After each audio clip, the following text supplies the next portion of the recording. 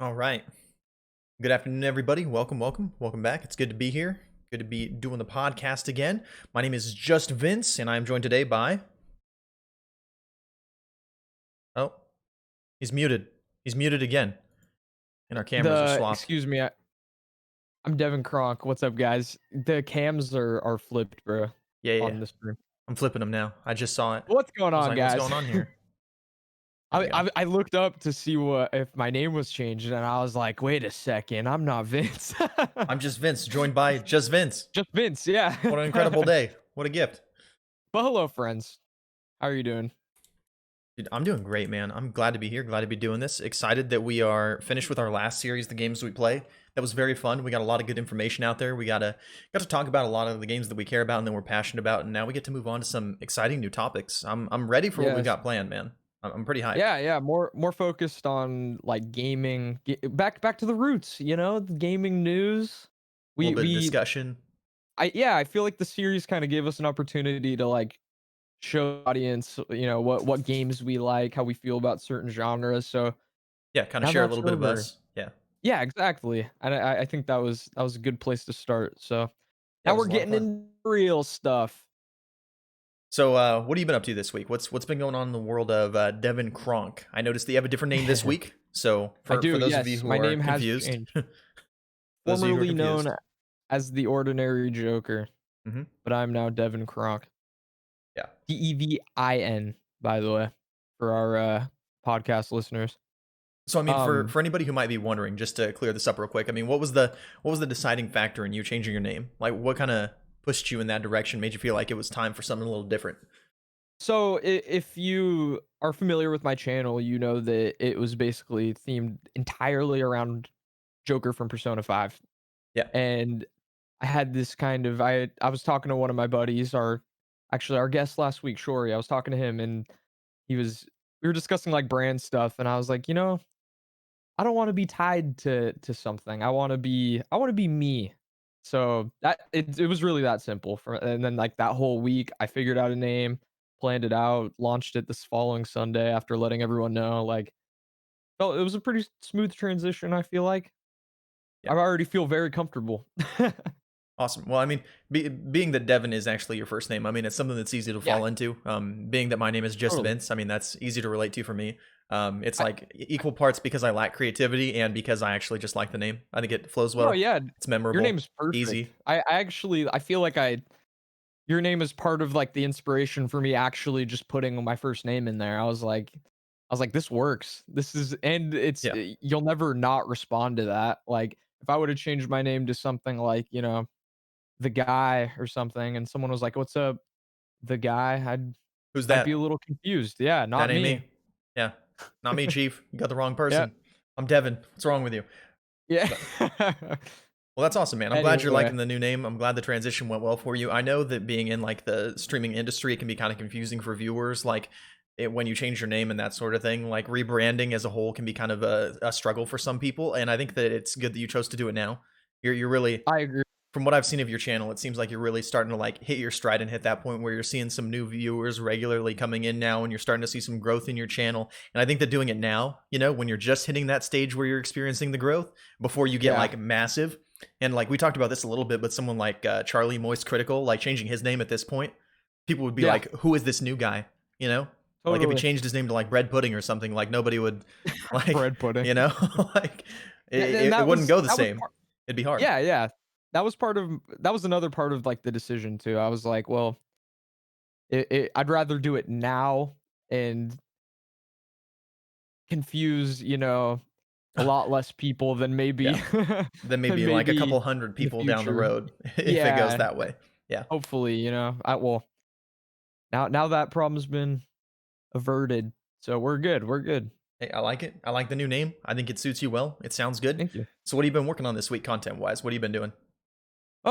Content-wise, I've been playing Smash a lot as usual. The new Hmm. Dead by Daylight update came out, so I've been playing the new Survivor and the new Killer.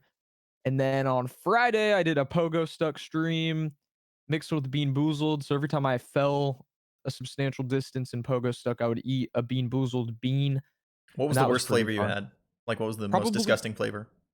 This stink bug one, it was pretty awful. It Stink they bug. have a yeah, they have a way of I don't know how to put it. I guess Like taking the capturing the smell. scent in the taste. Yeah, Oh, yeah, it's okay. really strange. That one was pretty awful. That's yeah. That sounds actually disgusting. I would not enjoy It's that. it's it's terrible. But how was your week, man? What have you been up to?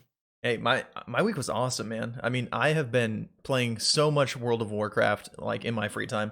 I've been kind of like taking a little bit easy on the streaming because we hit basically pre-Christmas season at my job. And for those of you who don't know, I work for the like United States Postal Service, so um pretty much like Black Friday through Christmas time. Like it's overtime every single day. My boss just told us yesterday that we're going to be working 6 days a week, and it's going to be 10 to 12 hours every day, most likely 12, based on what it's been like. And they actually just told us yesterday that we're not getting any of the holiday help we were supposed to be getting. Oh, Yeah. Yeah, we usually get like 10 to 15 extra people to help us with our work, and the people that do different work inside of the warehouse got like their crew, their clerks. I work as a mail handler, like with all the packages, they do more letters and stuff like that. And they told us, and packages being the heaviest volume that we get, like during Christmas time yeah. because everybody's sending their relative stuff, they they were like, "Yeah, you're not getting any holiday help." And I was like, "Oh, well, I guess I'll die." That's nasty of them. They're like, Yeah. "Hey, remember all that help you said Yeah. we said you were gonna get? Well, kiss And that goodbye. Hello, overtime." yeah, and my supervisor and my shift manager are like, "What's going on here?" Like this wasn't from them; it was from like the like plant manager, the guy at the very top. So I think Oh, he the got brass. something from Yeah. his boss or something like that to indicate that we're not getting people. And the reason they gave us, they were like, "Yeah, it's because nobody applied." And I'm like, all these people just lost their jobs because of COVID, and they're trying to make money for Christmas time. I don't think I believe you that nobody applied, but hey, we'll see how it goes. So I'm kind of chilling on the streaming front right now. I'm going to be doing stuff on the weekends and like the podcast content and all that. Like I want to keep regular with this, but aside from that, it's just going to be whenever I can, because Yeah. like I just you Understandably got to get so. the rest for your mind and body when you can. It's too Coolest. important. Yeah, dude. I feel you. Well, I'm just glad to have you here, Vince. It's good to be here, man. This Yeah. is this is honestly my favorite content that I do. I when I first thought about doing a podcast, I was like, man, this is something that might be kind of cool to do. And now that I'm doing it, like I have never enjoyed content creation so much. Honestly, like this is some of the most fun that I have, like doing any kind of content. I just It's love so talking. yeah, yeah, it's so special because you sit here. Luckily, like we've had the good fortune to get to know each other and get comfortable speaking with each other, and like it almost just feels like you're sitting here talking to your friend about something you like for, up anywhere from 1 to 2 hours. Like Yeah. it's chill. It doesn't even feel like work or any type of, it almost doesn't even feel like content creation. Like we're live, but it's just like it's a chat. You're hanging out with the boys. You're Yeah, cracking yeah. open a cold one with the gang. That's all it Seriously. is. It's nice. So, moving back into the more traditional format, since we're no longer doing the games we play and talking about the history and all that stuff, we're going to be going on to our gaming news segment where we're going to cover 1 to 2 pieces of news this week, or each week as we do it. And this week, what we're going to be talking about is the Game Awards because those are happening on December 10th. And Oh, have you watched the Game Awards before? Are you familiar with any of like their format or any of the other shows that they've done in the past? I've actually never seen one. Usually I catch up with it like after it happens. And I have gotten to watch it for the last 2 years, and both years I've actually enjoyed it quite a bit. I mean, a lot of people are yeah, like, "Oh, they're kind of selling out, kind of shilling some stuff because like the Game Awards has to like make money in some way." I guess is the idea that people say, but like I enjoy anything like that.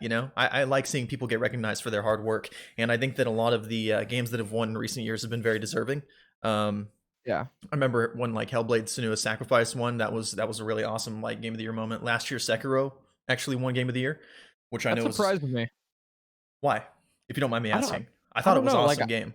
oh, it's a wonderful game, but I like, what do you by chance remember any of its contenders? Not at all. Not even a little bit. I'll I don't say. know. Like It was a year I ago. loved, I yeah, I barely love remember that yesterday. game. It just, it's hard for me to believe that there wasn't something last year that was like better than that. I don't know. I mean, But I can you respect can the you think of a choice. game that you played last year that was better than Sekiro? No, but honestly, if Sekiro hadn't won, if I didn't have the knowledge that it won Game of the Year, I probably wouldn't even think of Sekiro though. Like I'd be like, I didn't know that game came out last year. That Yeah. feels like a 2-year ago thing for me for some reason. Yeah. That's weird. Say I'm looking. There's Wait, like an infographic here. I think I this I've might have been for never 2018. I've never seen any of the gaming awards stuff. Oh, here we go. I've got it. So Catch up at the end. for the 2019 Game of the Year awards nominees, we had Control from Remedy, Death Stranding from Kojima Productions. Why is that on there? It's a good game, but Yeah, come on. that's an Resident Evil interesting 2 one. remake from Capcom, Sekiro, and Super Smash Bros. Ultimate. Oh, bro. I mean, I So when you ask mean, how did it win, I think it was a shoe in. I think that wasn't even close. against Smash? Oh, and then The Outer Worlds was also in there. I heard that game was pretty good too. I mean, pretty good, but I mean, let's be honest. It was like different, not quite as good Fallout New Vegas. Yeah, yeah. Hate to say it, but from the same studio, really cool game. Not a game of the year. I think Sekiro is the only game on that list that really was deserving of game of the year. I mean, obviously, I love Smash, but I'm gonna have to side with you on this one. I think you're right. Yeah, Sekiro was easily the most like deserving game of the year last year. Also, usually they do some like announcements and things like that. Like they'll announce some new titles or like new releases that are happening. They'll show trailers, announce a couple of release dates, that sort of thing. Um, I don't know what to expect this year, announcements wise. Some people have mentioned that they might be doing like a Super Smash Brothers Fighter reveal. I don't think that's very likely. I wouldn't be surprised to see maybe like a like Halo release date, something like that, some kind of partnership with Microsoft on some front. Yeah, Maybe like a little EA showcase type of thing wouldn't surprise me at all. Even though EA's been doing like their little like almost like Nintendo Directs recently. Them and Ubisoft have both been like since COVID started and E3 didn't happen, they've been kind of doing their own like little digital presentations every now and then. So yeah, it'll be curious to see what comes out of the the announcements this week. And speaking of the Game Awards, I'm gonna like announce it here because we talked about it. But the last episode that we do this year, that's gonna be on December 26th. We're actually gonna be doing our own like Game of the Year, like awards type thing, if you will, where we're kind of talking about like our favorite games this year and kind of like nominating a game in each category type of thing. So if that's something that you're interested in, mark your calendars. December 26th at 3 p.m. Pacific time when we usually do our podcast. That episode will be kind of a this year in review and then like choosing our game of the year. So we're pretty excited to do that, and that's gonna yeah. be I'm pretty cool. excited for that. Yeah. So, out of all those games, back to the game of the year thing. Which one do you have your money on? We have the nominees are Doom Eternal, Final Fantasy VII Remake, Ghost of Tsushima, Hades, Animal Crossing New Leaf, and The Last of Us Part 2. So What do you think? what do I think is gonna win, or what would I Yeah. pick? What do I think is gonna win? Let's let's say what would you like to win? What do you think is gonna win? Um, what I would like to win is a toss up between Doom Eternal and Hades. Yeah. Personally, I think I'm that in. those two games were the two best games that came out this year, hands down. I think it's not even Yeah. close. I love The Last of Us 2. I don't think that it was as good as the first one, and it made a lot of people upset. So I don't think it's going to get votes for that reason, just because people were Yeah, I agree. unhappy about how they managed certain character plot points. For the purpose of avoiding spoilers, even this far after the release of the game. But Doom Eternal was, and including Doom 2016, Doom 3 we can just choose to forget about, but I mean, Doom is a series that has a certain pedigree to it, and I think that this is one of the few games that has like held on to that pedigree and also improved it since like the original Doom came out like way back in Yeah. like the 90s. I remember watching. I never played it myself, but I remember when you did your playthrough, I watched quite a bit of that, and it looked pretty incredible. That game looks really fun. I think the adjective I Um, would use for Doom is electric, honestly. Electric. The Wow. Yeah. entire thing is just like it's so metal. I like that. I love it. But realistically, I don't think that it has a shot against Hades, personally. I think that this is the first year that we're going to see an indie win Game of the Year. I Yeah, think Hades is I going to think take it home. Hades. I agree. I'm incredibly biased towards Hades. I love it, but I also think it's gonna win, and I want to see it win. Yeah. I hope it does. And Ano is Second would be for me, I never played Doom, but I know it's great, so I'd probably have to go with, like, Ghost of Tsushima. yeah, that's my That's second for what I think will win. Yeah. That game, did you play it? I did not play Ghost of Tsushima, but Okay. I think that realistically, just the Sony ponies, you know, like the ones that weren't mad about The Last of Us, they'll come out and vote in troves for Ghost of It Tsushima. That game was very well received, it and was I mean, it looked really awesome. cool. Yeah, I played that game and it was extremely fun. The storyline was very engaging and it ended beautifully. Like it the gameplay itself, the combat mechanics were really good. It was all around a pretty fun game. Yeah. I think honestly they should have taken it a more linear route rather than an open world route. I think it would have made it even better. And it's kind of Hot interesting take. to say that because like I feel like that's where a lot of Sony's strength has been in recent games. Yeah. Like even God of War that had open world elements was a largely linear game. You know, it was this is your path and this is where you're going. You have opportunities to explore if you want to, but it is a single path, single narrative like driven like you push this direction constantly story game. Yeah. And I think But a lot I of I Sony's best work has been that. I say that because it feels like a lot of the content in Ghost of Tsushima that isn't the campaign feels really, like, monotonous almost, like, Well, I it's like imagine you it's pretty shallow comparatively. yeah, like, extremely. Like, if they could've just took out a good chunk of that and then put, like, an extra, like, I don't know, 6, 7 hours into the story or something, like, that would've been way cooler than 40 hours of side content that's just repeats of the same thing over and over again. But I digress. Yeah, absolutely. And like personally, looking at this entire list, there's really only like I would say two games on here that I would not be excited to see win Game of the Year, and that's Animal Crossing and Final Fantasy VII Remake. I don't think that either of those two games have done enough to warrant winning over the other games on this list. I would even Yeah. include The Last of Us Part Two on this list. As much as I love that game, it's not the same Game of the Year caliber. I think that the first one was. Like when I The have a Last of Us hot One came take. out, it was easy Game of the Year, you know. But Yeah. like I think Doom Eternal, Ghost of Tsushima, and Hades, I'd be more than happy to see all three of those games win Game of the Year. Any of them for different Hot reasons. take here. I I don't believe that any remake should even be eligible for Game of the Year. They shouldn't be. I think Strongly that the agree. game already came out. Like, this is not what the game was anymore. You know what I mean? I If you like remember a couple of weeks ago, Grinth Live talking about talking about how people are doing the classic raids in Classic World of Warcraft, and they're like, "We got world first on WoW Classic," and he's like, "No, you yeah, didn't. yeah, That happened 15 years ago when it came out the first time." It's like that. They already got exactly. their achievement. They already received their reward. There's no way that they should be eligible with a remaster of a game. It's It already almost got its like a recognition. slap in the face to the like, another any other game that could have taken that slot, you know what I mean? Like, Yeah.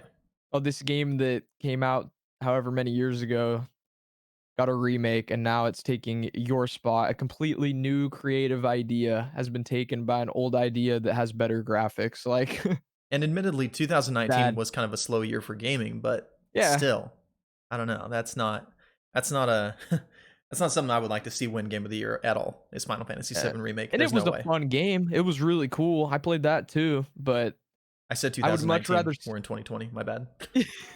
I would much rather see Hades win, and then Absolutely.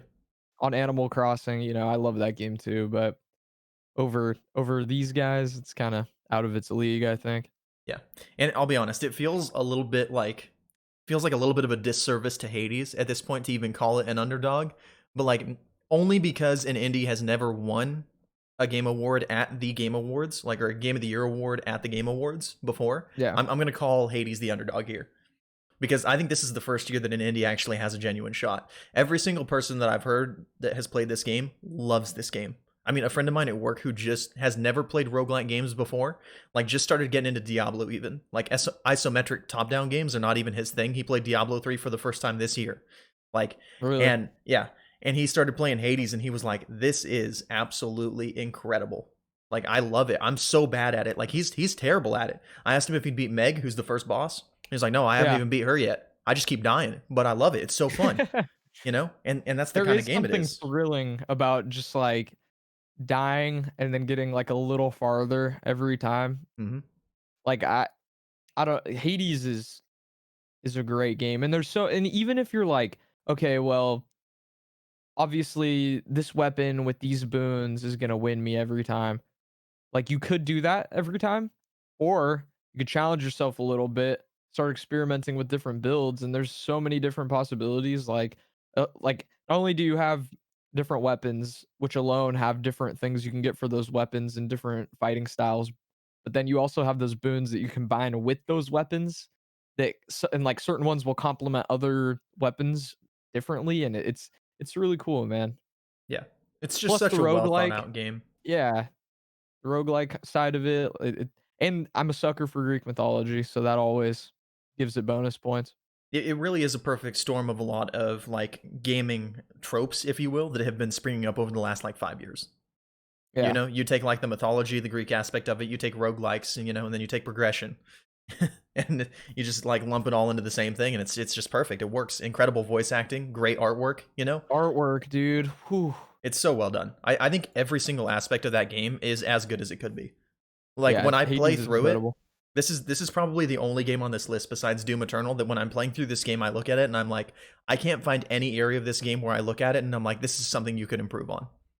I don't Yeah. even find one thing in that game that I would improve. Mhm. It's too perfect, and I think that it is the strongest contender on the list for Game of the Year.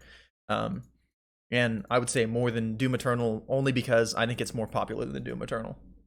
I think that it hit a much wider audience than Doom did, even as Yeah, big as Doom was. So I think that's gonna give it the edge, but we'll I see. agree. We will see. My money's on Hades. Man, sorry about that. There was like a helicopter flying real low, like right over my house. I was like, okay, kind of weird. It's coming So in hot. So that's it for the gaming news section. The Game Awards, once again, are happening on December 10th, 2020. For those of you who are listening to this later on, we're very excited about that. We'll probably be covering a little bit more of that next week, talking about who won the Game of the Year award and all that stuff. And then once again on December 26th for that episode, we will be doing our kind of year in review / Game Award episode ourselves, where we're going to pick our Game of the Year. And then we might also talk about some, awards that we hand out in different categories. Depends on how deep we want to go with it. We'll see, but we'll keep you guys updated on Twitter and Discord and all that stuff. So be sure to be looking out for that. We're pretty excited about that episode. So, our main topic for today, I think it is only appropriate given the current landscape of gaming. Since we just had console Yes. releases, this is the season of game releases. It is the holidays and new consoles just came out. This The is fall game rush. this is prime time for gaming. Yes. So, what we're talking about today is managing hype and expectations in gaming. Have you ever been overhyped for a game, Joker? I'm sure I have, yeah. Are you currently potentially overhyped for a game, Joker? I would say more hyped than I usually am. So like maybe overhyped for me, but maybe not for like another person, you know. Would My it hype be levels have a cap out that's like lower than most people. I don't get too hype about games. I've been disappointed too many times. Do you think it's reasonable to say that people might be overhyped about a game that happens to be coming out in 5 days? Yeah. I would say yes as Honestly, well. Cyberpunk probably has me on the higher end of my hype spectrum, but Definitely. I'm not. I wouldn't say overhyped. I'm always prepared for bad things, but And we see, can. and that's good. I think that's the point Yeah, that we want to kind of help people reach with this episode is kind of, manage people's expectations realistically for what they're getting while still being able to be excited about new things. I think that there's a healthy middle ground that not a lot of people reach. And I think that you and me do a pretty good job of maintaining in that range. But Cyberpunk 2077 is coming out on December 10th, and it's so hard not to be excited. So many people are yeah. excited about this game. You know, like it's like for those of you who listen to the MMO episode, I mean, you heard me talking about like going out to like restaurants and Disneyland and stuff like that, and hearing people talk about World of Warcraft. That's what's happening with Cyberpunk right now. Like I'm going places and going to work and things like that, and just hearing people talk about Cyberpunk 2077, like people who I didn't know were gamers Just talking about buzzing in your Cyberpunk ear all day. 2077 just like as I'm out and about. Obviously, I'm not getting too close because COVID, but like you'll hear people talking about this stuff all the time. This is arguably the biggest release in the last like 4 years, I would say. It's huge. You know, and for the longest time, I feel like I wanted to be hype about this game, and I kept myself from that because it was the game to be hyped about, and I didn't like the idea of being hyped about something everybody else was hyped about because I'm just hipster like that, you know? Yeah, And yeah, no, I succumbed to that urge though. I'm here now. I'm with you guys. yeah. And for me personally, I mean, I'm in a pretty unique place right now. My stance is that like I am playing World of Warcraft so much and enjoying it so much that like I am perfectly content to wait and see what happens with Cyberpunk. I wasn't planning on playing it for a few months anyways because it's a game that I want to play on stream. And if it's a Yeah. game that I want to play on stream, playing this game on stream in the first like 3 months of its release is basically a death sentence for your channel. You will not have anybody new coming in. Nobody will ever find you in the directory because every single big streamer and their whole family are going to be streaming this game because it's a massive release and it's True. hot. I mean, it is hot off the presses right now. Probably the hottest, I Yeah, would say. I Yeah, no, totally.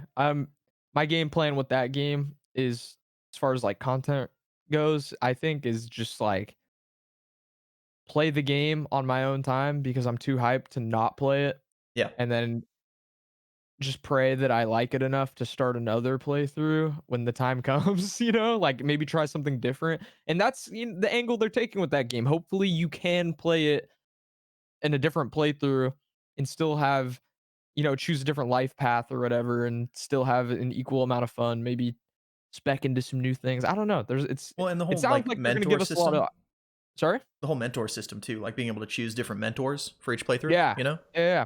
It sounds like you'll have a lot of options and there will be, like, replayability value, so I'm Yeah. banking on that, honestly. Yeah. So, I mean, we've got a list of some other games that we've been hyped for too in the past. Just to give the viewers, the listeners, a little bit of background on like some things that we've been hyped for personally that maybe fell short or lived up to the hype that people had for it. So the first game on our list is kind of a big one here, and that's Anthem. Was this one that you were hyped for, Joker? Yeah, I pre-ordered it. Same. Yeah, big mistakes. It is what it is. I mean, Mhm. we're out that money now. There's nothing we can do about it. You hate to Yeah. see it. But this was a game that was announced June 10th, 2017, and I remember watching the trailer for it, and I was like, man, this game looks awesome. I mean, you give me Destiny with flight, sure. That's what I thought when I saw it. I was like, "Destiny, but I'm Iron Man now?" Like, what? That's so sick. Yeah, yeah, And I it thought is, it it looked still is awesome. cool. Yeah. Yeah, like, Um, it's fun to play and until it's not anymore, if that makes sense. Like, you get to a eh, point where you're just like, "This is just not fun." it, that point is as soon as you beat the campaign. Uh, Yeah, it loses its niche value. Like, I feel like a lot of the people that looked at this game were like, "Oh, I can fly, like, and shoot guns while I'm, like, in a mech like, and then you get to that point and you do it, and it's really shallow, and it gets old really fast." Yeah. And I mean, for me, my favorite content is dungeon content. I talk about that all the time. And this was a game that launched with, I think, only three, maybe four dungeons, or like Yeah. strongholds, I believe is what they're called inside of Anthem. And I mean, this was one that, like, I played the beta for this game, and just playing through the beta, I only got to do about, I want to say, like 7 hours worth of content, roughly. And you actually get to play through a few story missions and do the first stronghold. And I got to play that and put some time into it, and I absolutely loved it. Like, the short taste that I got of it was incredible. It was so fun, you know? And like flying around felt great. The combat felt good. Nothing was too bullet spongy, but all that was at a lower level and in a really like condensed environment. So even getting the Mhm. opportunity to play this for the first time, I was like, this is exactly the kind of game that I want. I just needed a lot more of that game when it came out. There just wasn't enough to do. Yeah, and I'm not 100% sure if they fixed that or not either. Do you know if they've made any changes like that? So there are some improvements as far as the content goes. There still aren't that many strongholds. I would say there's definitely like five or less Ah. still. I'm 9% sure that there is five or less. Um, and like I look at something like this and I'm like, man, they're working on Anthem 2.0 at this point. So there's something that's supposed to be coming. And I can only imagine that whatever it is that's coming is like potentially going to be alongside of an upgrade for the next generations of consoles. You know what I mean? I Yeah. would imagine that's the direction that they take with it, is that they're like, okay, so the new consoles just came out. Everybody who bought the game on the previous system hopefully is going to get a free upgrade to the new systems. Hopefully. Because if they charge any kind of a Hopefully. price tag or anything for like whatever Anthem 2.0 is, I can't see very many people picking it up. I can't see the people who paid $80 for the Legion of Dawn edition or whatever it was being like, oh yeah, totally, I'll spend a little bit more money on this after No, getting shafted with the first release. There's they're no gonna way. need to do something that brings back their image, because right now, I think that's what you think of when somebody brings up Anthem, you go, "Oh, that's that game that flopped really hard." Yeah. So that's their reputation now. They're gonna have to do something to dig themselves out of that hole if they ever do come out with an Anthem 2.0. Yeah, looking at this, I mean, I think the best way that they can manage this, because I feel like people have a short memory when it comes to mistakes, but people have a long memory when it comes to actually getting burned, Yeah. if that makes sense. Like, Yeah, I get you. if somebody just does something that like annoys you, you're like, okay, whatever, it happened, and it's annoying for like that week. Maybe you overthink it for a little bit, and then it just fades away. But when somebody does something that like takes advantage of your money and then burns you and you don't get the product that you paid for, like people Yeah, remember that. Like people think about totally. that. I would say that that like legacy actually still haunts BioWare, because now, even with the like new Dragon Age announcement that came out, people are like, "Oh, why should we even listen to you? You've had Mass Effect Andromeda, which is something that we're also going to talk about a little bit later on, and then Yeah. on top of that, Anthem being the disaster that it was. Why should we even care about Dragon Age at this point? You're probably just going to screw up this franchise too." And I think a lot of the like a lot of the hurt that came from the Anthem debacle is as much of what the development studio promised and falling short as it is the people who were hyped about something that probably looked a little more shallow if they just paid a little bit more attention early on. Yep. Hype blinds, man. It really does. You get too excited for something, you might miss those parts that ruin it. Yeah. But on the whole topic of BioWare, I think they made their own bed, you know what I mean? Like Yeah. they knew what they were doing and they knew they there's no way they drop a game like that and think like, "Oh yeah, we provided a lot of content here."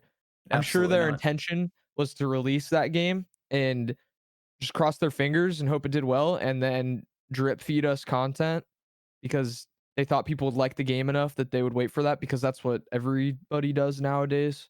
Yeah. And yeah, man, I don't feel bad for them. I think they need to do something to bring back their reputation. Yeah. They really have been messing up. So they either nothing bad comes out of it. Either people continue to be skeptical of them and stay away from the bad games that they might put out, or they put out something good and restore their rep, man. So we'll And see. personally, I would love nothing more than to see Anthem 2.0 and the new Dragon Age be excellent, because those are both two Me games too. that I care a lot about. I mean, I Yeah. wanted Anthem to be good so badly. I mean, this is the Iron Man game I always wanted. You said it earlier, flying around in your Iron Man suit, blasting baddies. Everybody wants that, Cool. you know? Just not in the Marvel Avengers game that came out. That's terrible. And we're talking about that later too. But like, man, there was so much opportunity for this game, and I think that they got so much right with Anthem that like the glaring parts that they got wrong, the parts that keep you playing the game that they got wrong, just hurts my soul so deeply. And I am excited to see where this game goes. I just hope they do it justice. I agree. Totally. So Praise be Anthem. Bring it it, back, please, BioWare. You got this. they do, they got it. You can do it. Okay, thoughts and prayers. Um, and speaking of bringing it back, Destiny 2 is the next game on our list. And this is one that a lot of people were hyped for, I think largely in part because the end of Destiny 1 was so good. I don't know if you Mhm. played Rise of Iron or like the last like expansion of the Destiny, like the first Destiny game at all, but man, that was fantastic. That was probably the best Destiny's ever been, was during that It expansion. Never played it. My habits with Destiny are basically buying the game, playing through the campaign, like, early before there's expansions, and then once I finish the campaign, I'm like, I'm done now. You've had And enough of then it? Yeah. yeah, and then the expansions come out, and by then it's like there's like 3 expansions, and I'm just like, I don't wanna spend more money. Yeah. And I mean But I'm the sure it was great. I don't like Destiny enough to buy expansions though, sorry. No, you're good. And I mean the Destiny model specifically, I mean they kind of said from the get-go like this is a game that you're not going to have to pay a monthly sub fee, but it is basically an MMO type game. They stayed Yeah, away from the MMO title for a long time, but essentially it's like you're paying for the expansions so that you don't have to pay a sub fee is kind of how they look at it, you know? right. And so you look at something like Destiny when it came out, and it's supposed to be a game that's intended to be played all the time, you know, or at least like on a regular basis, like weekly, to do all of your content. And when it came out, there really wasn't enough content and enough rewards for that content, and it didn't really respect your time enough to warrant you continuing to play it as much as the developers would want you to play it. And Yeah, that was kind of on the fault of the developers. I mean, finding new and loot you wasn't know, interesting, it was a mess. And oh man, Destiny 2's loot. I played a hunter mhm, and God, I hated their gear in that game, man. Like every piece I picked up, I was like, this is gross looking. Like, I'm sure the end game stuff looks great and there's probably really good sets, but I'm convinced that at least 90% of the hunter gear is just disgusting looking. Like, please, hunters matter, you know? Yeah. And I mean, Bungie, please. this was a game that at launch cost $60. Destiny 2 costed $60, and now it's free to play, at least for the base game. And they're having some issues with their most recent expansion and things like that, but I think that Bungie does a really good job at making trailers. Personally, I think that they're potentially second only to Blizzard at making trailers. Um, every time I watch a trailer for a Bungie game, it looks so fun. Like all the stuff that Yeah. they show, they're good at making things look flashy and making your characters look cool. At showing off new weapons, new abilities, new enemies, all that stuff, new planets, sparrows. You Mhm. know, they're really good at making it look cool. They're awesome at hyping people up, and I think that that's what it's designed to do, is get you super hyped up for the new expansion so that you buy it. Who cares if you how long you play it? Honestly, it might be better for them if you only play it for the first month and then you drop it, because that's less strain on their servers. You know, Right. that's one less person to host.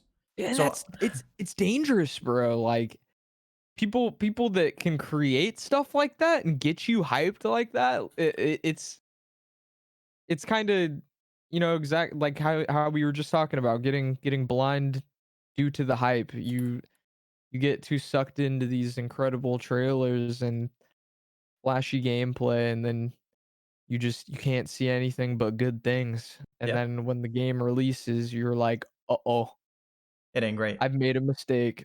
But, you know, that wasn't the case with Destiny. I think Destiny was actually a pretty good game from what I've played, Yeah. 1 and 2.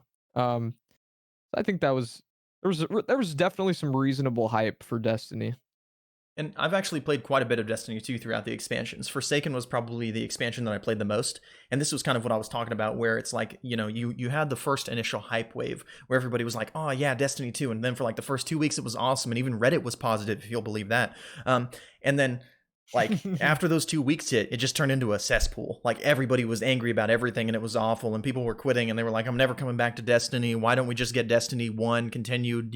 Why did you have to go make a whole new game and charge us $60 for less content that's worse? And then they simplified all the classes and everybody was all mad about it. And it's like, if people had just managed their expectations just a little bit better, because I get it. I mean, Yep. it's easy to get excited about new things. I love new things personally. Like I have some terrible like terrible like how do I say this? Like my attention span is so short. Anytime I see something new, I'm just like, what's that? And I'm there. Like Yeah, I'm yeah. immediately distracted by Trust whatever me, it I is. get it. You know? I can't sit on a game longer than, like, 3 days, so that's all me, I feel it. Yeah. So when you have a game like Destiny 2 come out, when the last like two expansions of Destiny 1 were as incredible as they were, it's hard not to look at this same studio with all the same devs and everything like that, still under Activision admittedly, which sucked, but now they're away from Activision and they're still making sketchy choices. So was it really all Activision? We might talk about that another time. But like it's hard to look at this Destiny 2 game and not be excited about it when what came before it, like immediately before it, the last year before it, was so good.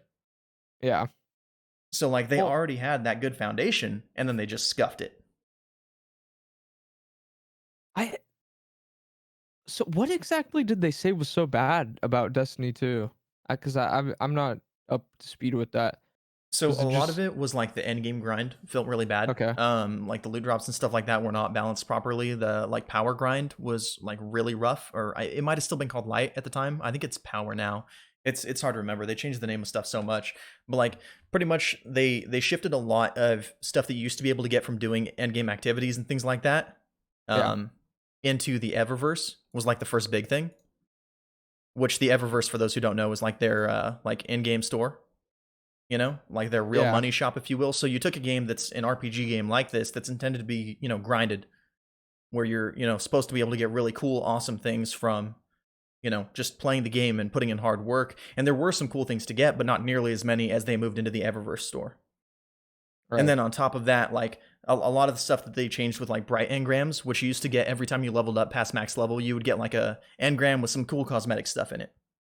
They changed that to where the cool cosmetic stuff that you got, and this was a little bit later on in the life cycle, but was only the stuff from like previous, like far long time ago, like expansions. So like you couldn't get anything Okay. like new or cool out of those engrams I see how anymore. that's You had to actually frustrating. pay Yeah. real money to get any of the cool new stuff that they show off in the trailers and the stuff that they, highlight in the store and all that. And then they also like really limited your ability to get bright dust, which is what you were supposed to use to purchase from the store. Right. So like I think Destiny 2 specifically is a really interesting example of a game that has had so many like waves of, people are hyped, people hate this game. People are hyped, people hate this game. People are hyped, people like this game. That's when Forsaken came out, by the way. And then people are hyped again, and then they hate the game, which is I where we're I at now. wanted to I wanted to know why, because I was curious if it was just like a Reddit hates everything type deal, or Yeah. or if it was actually justified. Um, I think it's I a mix have of both.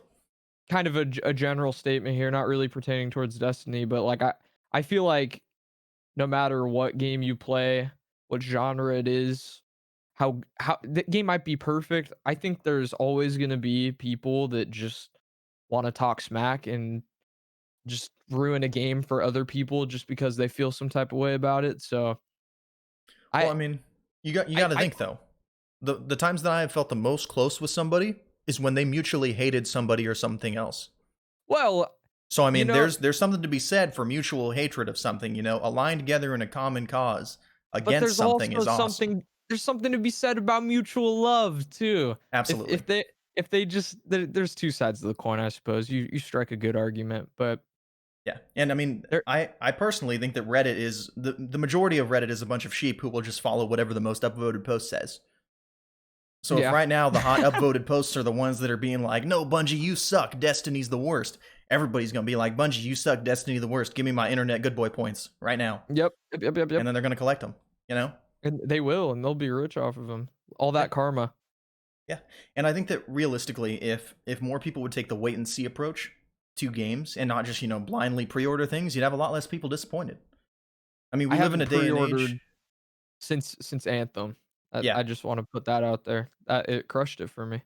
it really did. That was a tough one. I Mhm. pre-ordered Doom Eternal because I knew I was gonna get and love that game no matter what. But it turned out to be incredible, by the way. Well, But actually, I lied. I'm sorry. I pre-ordered Cyberpunk. I oh gosh, he bought in. He But bought that in. it has to be good. We'll talk about that later, though. We will. And I mean, I think realistically, people who pre-order expansions for games, I think that that's one of the few times where it kind of makes sense because a live service game like Destiny 2, you kind of want to be there for the first wave. It's such a different Yeah. feeling, you know? I pre-ordered the recent World of Warcraft expansion Battle for Azeroth, and it was as good as I hoped it would be, and I actually thought it looked pretty good personally. Um, but I pre-ordered that because I always play World of Warcraft. That's a game that I've stuck with for almost my whole life. I mean, I started when I was like 9 or 10.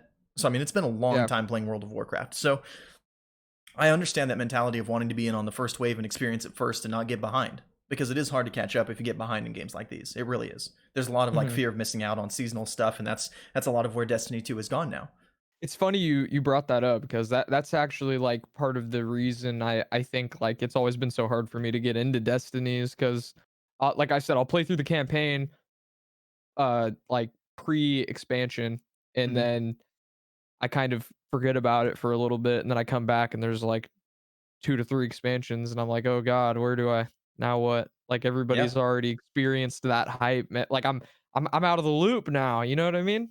Absolutely. And every time I go back and I open up my map or my like directory or whatever it's called in Destiny 2, and I look through all my quests, I think I have like 30 quests or something like that in Destiny 2 right now. Like 30 different things that I have to go catch up on that I haven't done. You're like, "What?" And like six of I them are hate that. quests for exotic weapons that are going to take me like, weeks to finish. And I'm just like, oh my gosh, who has the Yeah, time? Who has the time to catch up? Nobody. exactly. Yeah. And I feel like the most fun of when everyone's having the most fun is, like, right when it comes out, and Yeah. if you're not there, then you miss that, and then it turns into, like, this, like, "Oh, cool, new content, lots of fun." It goes from that to, like, I'm just grinding, doing what everyone has already done just to get where these people are now, you know? Yeah. Like, that's where I see it. And as much as like fear of missing out is something that compels people to purchase things like that, I think that one other thing that like a slightly different type of fear of missing out, if you will, is people who are excited to be on the cutting edge of new technology. And that kind of like is what led a lot of people to pre-order and be disappointed by our next game, and that's No Man's Sky. And this was a game that you mentioned you pre-ordered, right?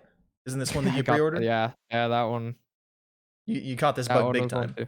And this one Oh, was equal parts on the developer as it was the people who got hyped about what they showed, because what they showed was not at all what they released. yeah, they straight up lied to us. Like the all anyone who pre-ordered that game, you were lied to. I was so excited to get in my ship and meet my friends in game anywhere or run into some random dude who's just on some random planet. That was what I was excited for. Like the whole bumping into people thing. And nope, that doesn't happen. It still doesn't happen, by the way. You can play with friends now, but Yeah, you don't just randomly bump into strangers or anything like yeah, that, right? no. Yeah. And that would be so cool. Like such a missed opportunity that they said would be in the game, by the way. Yeah, and then it wasn't. They Mhm. really they really pulled the rug out from under everybody. And it's kind of crazy to see because the amount of hype that they had riding on this game, the amount of potential for what this could have been and for what they initially pitched it to people as, for it to come out and then have like just be missing like the most important aspect of the game arguably, which was the multiplayer aspect. Because Yeah, looking at a game like this, looking at games like these, I mean, how much traction would Rust have gained if it came out single player? probably not a lot. You know what I mean? Looking at games Yeah, like not Rust none. and Ark, Conan Exiles, things like that, these games that thrive on being that multiplayer survival community experience, it's so awesome because you experience it with other people. Yeah, Playing and survival games alone is boring. there yeah, completely, bro. And there's something to be said about No Man's Sky. I think they've done a lot to improve that game, and that's respectable. At least they realized that they did wrong and tried to correct that. Yeah. It's granted, it's still missing that key element that they said that they would include in the game, which is frustrating, but it's better now. I would get that game for like 15 bucks if you're into Absolutely. survival games and you wanted to play with your friends. It's pretty fun. Yeah, I But think it, I think it goes on sale on Steam for like 20 or 30 nowadays. yeah, yeah, it's not bad at all. I mean, shoot, when winter comes around, you'd probably be able to get it way cheap for Steam Winter Sale. Do we know when that's Um, starting? Have they announced a date yet for the Christmas sale? I don't I know have when it no usually idea. starts. Usually it's it might already be going on because they just finished up that fall one, I think. No, it's not on. But Yeah, yeah, no announced date yet. yeah, you know, and I'm the kind of guy like even when that game came out, even when I was lied to, I still turned that game on and played it and tried really hard to like it because I don't like spending money on something and feeling like I wasted it. So like I tried hard to like it as it was, but I think I played it for like 4 hours and I was like, I can't. It's I boring. Man, I get that vibe a lot because I bought a RTX 2080 at launch, and uh, and now you One can year get a later. graphics card for $500, which is like half the price of what I paid for mine. That's more Yeah, powerful dude. than my graphics card. And people are like, "Are you going to get these new cards? They're awesome." And I'm like, "I want to, but I paid way too much for my graphics card, and I'm going to use this thing until it dies. It's going to die a horrible death before I get rid of it because I Kinda how I will feel get my about money's mine. worth. I will. I paid too much for that, so I get that look for sure." Yeah, completely. And And it, go ahead. oh no, you're good. I was just gonna crack a stupid joke about No Man's Sky, but I mean, screw that game. we hate it. We hate it. Yeah. Everybody together now. Say it with us. We hate No Man's Sky. Okay. Um. We hate it together. It's way more fun. Yeah. Remember? We Exactly. Now we're all best friends because we have mutual hatred for something else. That's how it works. Yeah. So Fallout 76 is the next one. Yeah, is the next one on our list. And man, what a disappointment. What just what a fat steaming turd. Okay. I This dodged that bullet, dude, man. for Like once. I was so excited for this game, and this game had so much hype behind it at first, and then so many debacles afterwards. I would say this was probably a bigger botch than Anthem. You Yeah, know? I could see that. Well, because it's an established franchise, the Fallout franchise, Yeah. and we usually get pretty good games from Fallout. Fallout games are all pretty fun, even four, and like this this we knew that they were taking it a different direction with Fallout 76, and we were excited for that because what could ever go wrong in the gaming industry, right? When do developers ever make new ambitious games that don't perform well? Like that never happens, right? Yeah, no kidding. Well, it did with Fallout 76. Terribly. I Yeah. never played it, by the way, but I've seen plenty of videos. I've heard plenty of people talk about how much it sucked. I don't know what it looks like today. Hopefully better for anyone that was unfortunate enough to purchase this game. Yeah, personally, But I actually got it for like $12 on clearance because it sold so poorly, and I figured that they were going to be releasing some pretty big updates for it at some point to try to like kind of yeah, bring it back into favor. And I finally I redeemed the code as soon as I bought it because it was just a digital code. There was actually a game disc. I got it physical on clearance at like Target or Walmart or one of those places for like $12, and I was like, this might be worth something someday. And then after they released all the updates and all the patches and everything like that, supposedly fixing the game, I tried it for like 10 minutes and I was like, I hate this. I don't want to play survival games. It's just not for me. And it is what it is. And I yeah. uninstalled it. But like at launch, the amount of things that went wrong with this game. I mean, their servers were in shambles. There were no in-game NPCs to talk to. All of the content you could do was literally only like multiplayer content whenever the multiplayer was actually working. Like leveling up was boring. It was super disinteresting. And then also, people who bought the collector's edition were supposed to get a canvas bag or whatever, and then they got shipped the material, and it was like some weird cheap plastic bag. It was terrible. Like it wasn't Nice. at all what they promised people. Yeah. So you look at people having to pay that much for a collector's edition for a game, for a franchise that they love, and then getting that disrespected. Are you kidding me? You can do better, Uh, Bethesda. You have the y money. yeah, they do, and they should do better, but, And then maybe next time, maybe with Fallout, 77, I don't know. and what was their answer? Their answer was to release a battle royale inside of Fallout 76. That was the big boy movement. That was the money And move it for them. and it probably worked. It did kind of work. I bet you that it attracted a lot more people. Yeah, even Shroud was playing it. I think for like probably like 3 to 5 days ish. He played it Well, for quite a that bit and was alone that kind of alone enjoying it. probably Yeah, yeah, that I Yeah, mean, they probably got at least another 1,000 concurrent players thanks to Shroud playing their game. yeah, and I mean, yeah, Shroud being one of the Kardashians of Twitch, if you will. Um, Yeah. but like, man, it's so hard not to get hyped about a game like this when you first see it, and seeing only the gameplay demos and not really getting to play that much of it for yourself. Because when I talked to people about this game before it came out, like about what it was supposed to be, even talking to Grinth Live, who, I mean, he didn't talk about it too much, but I mean, our boy Grinth Live likes to play World of Warcraft and does not like to play many other games. He dabbles in Sea of Thieves, like that sort of thing, but he doesn't really play single player stuff ever. He, like, only as long as I've known him, it's been like Smite, some shooters whenever the gang's playing shooters, and World of Warcraft. He plays multiplayer only. So he doesn't really have the Fallout background from what I know. And even him, he was like, Fallout with friends sounds awesome. Yeah, That sounds so it does cool. sound awesome. Like we were talking about buying and playing that game. I mean, it was looking real good. And then all the news started pouring in of how it's going to be terrible and everything that's wrong with it and the botched collector's edition orders and all that stuff. And we're just like, man, dodge that bullet. Yeah, completely.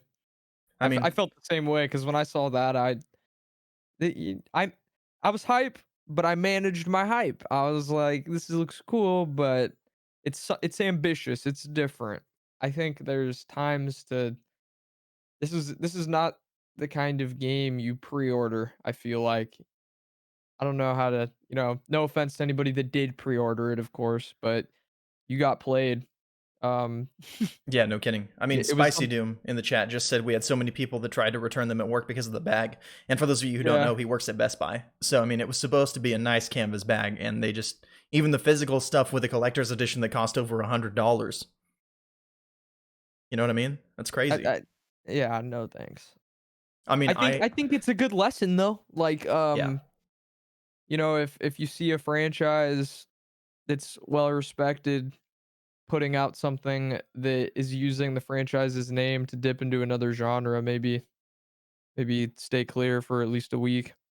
Yeah, no Manage your kidding. hype and expectations. I think live service games specifically, like For me, it's kind of hard to say stay away completely because again, like I bought into World of Warcraft day one. I pre-ordered World of Warcraft expansion, the most recent one, Shadowlands, as soon as it was available to pre-order. I pre-ordered it like that soon, and that was like Well, 8 months in advance. I feel like that's fair though because we've had WoW expansions. Yeah, We know what we get from, well, for the most part, we know what we'll get from a WoW expansion. I feel like Blizzard's actually pretty transparent about like their updates and like people might not like them, but they tell you. They're like, this is what we're changing. They might not tell you like lore content specifics, but like I feel like you know what the numbers are gonna be for the most part, you know? yeah, absolutely. So the Well, next game on our list, I mean, is one that I actually liked, and I know you did too, but oh not a lot yeah. of people liked, and that's Watch Dogs. And that was announced June 5th, 2012, and then ended up releasing May 27th, 2014. So we had about a 2 year period, roughly, in between announcement and release. I mean, so tell us a little bit about your thoughts on this one. So I remember this was I was God, okay, in 2012 I was 12. Um Really? yeah, yeah, I Wow. was 12. Whatever year it is, it's what how old I am. So I'm 20 right now. But anyway, I I remember seeing this game and I was immediately like hooked. I was like, "Whoa, Same. GTA but hacking." Like Hacker Man. that sounds crazy. Yeah. And I'm 12. My 12-year-old brain is stimulated. I'm like, this is insane. He's sliding over cars and causing traffic accidents and I don't know. It was bonkers, but I pre-ordered it. Oh, dude, the trailer when you see him running away from the cops and he hits the button with his phone and the blockers come up and the cop car like gets smashed and explodes on the blockers, dude. Bro, When I saw that, I was like, I'm sold. I'm so that hooked. that one trailer with where he like goes into that sex trafficking ring and he's like leaving after he messes everyone up and the cops are behind him and they pull out the guns and he pulls his phone up behind his head and he just presses a button that says blackout and then he just like Oh, and the proceeds to whole beat the city shuts crap out down. of him. Yeah, Yeah. yeah. I was like, "Oh." And you could actually like black out areas inside of the game too. That part was actually, yeah, that was a really sick part of that game, but Yeah, yeah, no, I was super stoked for that game. I did not manage my hype at all. I let it run untamed. same. That's I had a posters and everything. I played the crap out of that game, and I loved it. I thought it was fun. It might not have looked as good, um, or played as well as we thought it would, because they really did kinda disrespect us with those E3 trailers, yeah. but I was still only 14 when it came out, so I was just all I had goopy gamer brain, and I was playing. I was having a good time with that game. Yeah, and this is one that a lot of people it didn't live up to the hype for them because it was pretty much at the turn of when video game downgrades and how things ran on each console was a really big deal for most people. I think nowadays the PS5 and the Xbox Series X are so close specs wise that a lot of how well things run on each one really isn't going to matter nearly as much this generation as it did last generation. So when you have a Yeah. whole bunch of people who were on the Xbox One, when their games were running at 720p or 900p, when the PS4 could play games at 900p or 1080p, like there were a bunch of like console fanboys who were going crazy about things not looking as good as they were supposed to look because graphics was the hot talk back then. It kind of is Yeah. now, but not nearly as much. I think the console wars have died down like quite a fair bit in recent years. And I look at a game like Watch Dogs, and I think that realistically, if it had just come out 2 years later, the reception wouldn't have been nearly as bad. And even if Yeah. they had just delayed the game another like 6 months to a year, which they did actually delay it already from when it was supposed to launch. I don't remember the original release date, but I remember it getting delayed. And if it had come out like a I year remember later, that too yeah, because I was so sad. I was like, "Damn, I'm 13. What else do I do with my time?" Like, I'm sitting here waiting for it's like, yeah, I no guess I'll kidding. watch the trailer another 10 times. Yeah, Um, yeah, blackout, Aiden. yeah, yeah, uh, yeah, I know a lot of other people had problems with the protagonist in the game too, Aiden Pierce. I A little loved him. edgy. I thought he I was thought it was pretty awesome. cool. Yeah. Yeah, I mean, I I I loved this game. yeah, I loved it too. I and it was a crazy there was a crazy difference in like the tone and the atmosphere of Watch Dogs 1 to Watch Dogs 2. And I loved them both, honestly. I feel like they kinda coulda taken it a little more seriously in Watch Dogs 2, Yeah, but I don't think it did the Watch Dogs name any bad. In fact, I think it probably helped a lot of that franchise's rep, but yeah. yeah, no, Watch Dogs 1 was really cool, and I liked it. This game lived up to the hype for me completely. I was super Yeah. excited for this game, and I had so much fun with it. Even the multiplayer, I had such a good time. Like there Let was, me dude, the ending, I'm gonna spoil it because this game's been out for, like, forever. Dude, when that dude's all locked up in the bulletproof room, and you hook up to his pacer, oh yeah, and you turn off his heart? yeah, What? pretty crazy stuff. N Screw blackouts. You can turn people's hearts off if the don't get a pacemaker. Yeah, crazy stuff, dude. I remember playing multiplayer, and for some reason, one of the ones that you had to do in multiplayer was like someone would become a target. It was like a King of the Hill type thing where if they Oh, captured the ball, yeah. like they got extra points or whatever in the multiplayer, and you had to kill that person so they would stop getting points, and then you had to capture the ball. And one of the things that I did was like everybody was all fighting, and there was a group of like 5 people all fighting each other, and some guys running away with the ball, and I was driving around a fire truck. So I just turned on the lights, and my fire truck saw wee woo, and then I just like slammed this guy into a garage door and kill him immediately with a massive fire truck in a residential neighborhood. And I was like, I have Yes. peaked. This game has hit on all cylinders for me. This is exactly what I wanted. I wanted to kill somebody with a fire truck in a residential neighborhood in online multiplayer. That's what I wanted, You did and it. it was You're fantastic. It was so It good. was. The online, I completely forgot about that, and it was such a fun part. Like, even, like, that hide and go seek Yeah. thing they had, you know what I'm talking, like, where Yep. you gotta hide from the other hacker But in while an he's looking area, for you. so you can hack Yeah, them. and Yeah. the area gets smaller and smaller the further along you get. That was a fun little, like, mini game type thing. I And then he enjoyed has that to as like well. chase you down and kill you if he catches you, and you can run away. Yeah, yeah. Yeah, I ran away in a taco truck one time. That was a good time too. Yeah, that sounds lit. Very fun. There was, like, no gain from it whatsoever except, like, Good points that times. say, "Hey, you did this," but yeah, it was fun. Yep. The game was actual fun in video games, if you can imagine. Yeah, who would've thought? Yeah. If you can imagine that being your reward, is having a good time, enjoying yourself, doing recreational activities. But but speaking of having a good time and or not having a good time, as the case may be, Mass Effect Andromeda. And this is one that we talked a fair bit about last week on our RPG podcast as well, but man, what a letdown. What I an dodged absolute disaster. I dodged this one too. Yeah. No, thank And you. you were right to do so. I mean, I had a like EA Access subscription, whatever it was called at the time. It's called EA Play now for their sub. But like, oh my goodness, what a letdown. Like I honestly felt gypped of my time that it took me to install this game. Yeah. I felt like I was robbed. Like the time it took to download it was not worth playing this game, even though it was already included in something I was already paying for. It was so bad. Like, I could not have been more disappointed. And this is one that I rode the hype train on quite a bit. I didn't pre-order it, you know, because I had seen some of the animations and stuff looking a little wonky in the trailers, and I was like, I'm not too sure about this. I remember seeing funny, like, glitch videos with the little, I don't even know what you'd call it, like, the little space jeep thing you would drive around. I don't I remember what it was called, but yeah, Yeah, I know that thing was, like, super buggy. I remember seeing some pretty funny stuff with that. It's like physics were super jacked up. yeah, it was terrible. It was absolutely awful. I think that there's not much to be said about this except for, you know, BioWare has been screwing up and might continue screwing up because this is a franchise that had a lot of opportunity to do right with the new hardware that came with the Yeah. new systems, and they did so much wrong. And as much as I want to be hopeful for the new Dragon Age game that's coming out, I'm just incredibly skeptical, and they're going to have to show a lot of gameplay As you to, should, though. You yeah, should be skeptical, like, they've struck out twice now. yeah, And and they haven't released anything, around Andromeda and Anthem, have they? I don't know.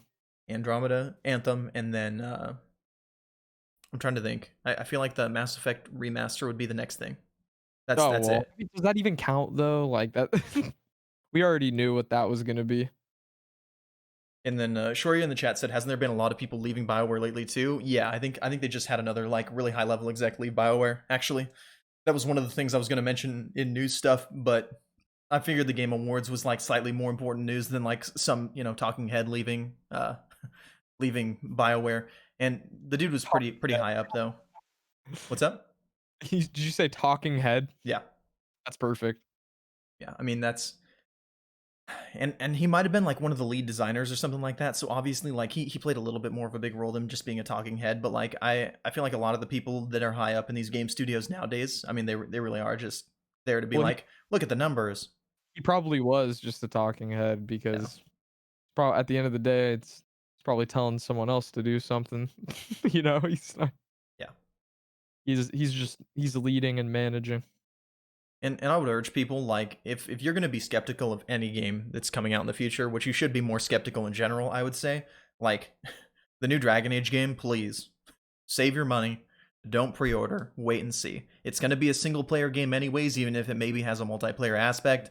There is nothing to lose by just holding off for a little bit and making sure that it's worth your money, because this one, like this studio has had a couple of massive hits and like games that have been really close to people's hearts for a long time, but in recent years they've been dropping the ball, and it's EA anyways. They've got enough money. They don't need your money. They're making so much from Apex Legends, they could do nothing else and they'll be fine, honestly. Mhm. Like between that and The Sims and all their sports games that they pump out the same every year, like They're good. nobody's sweating it. Yeah. So Man Mass Effect makes me sad. What's Yes, what's yes. up?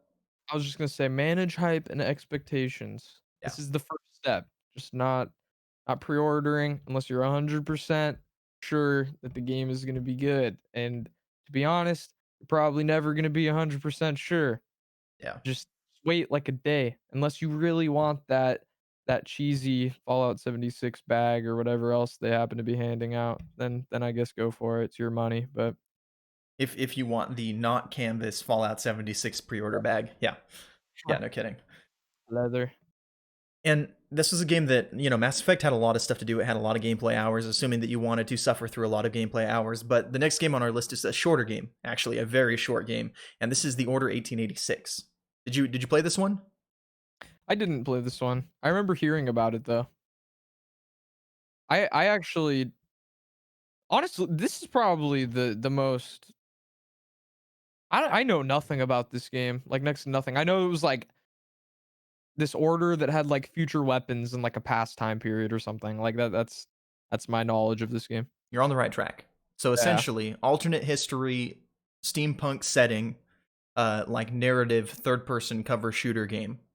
And incredible graphics, like potentially some of the best graphics on the PlayStation 4 system. But it was easy to have those really good graphics because it was essentially an on-rail shooter. I mean, it was all very like you go this way, you do these things, you shoot these creatures, and it was all very much in a straight line.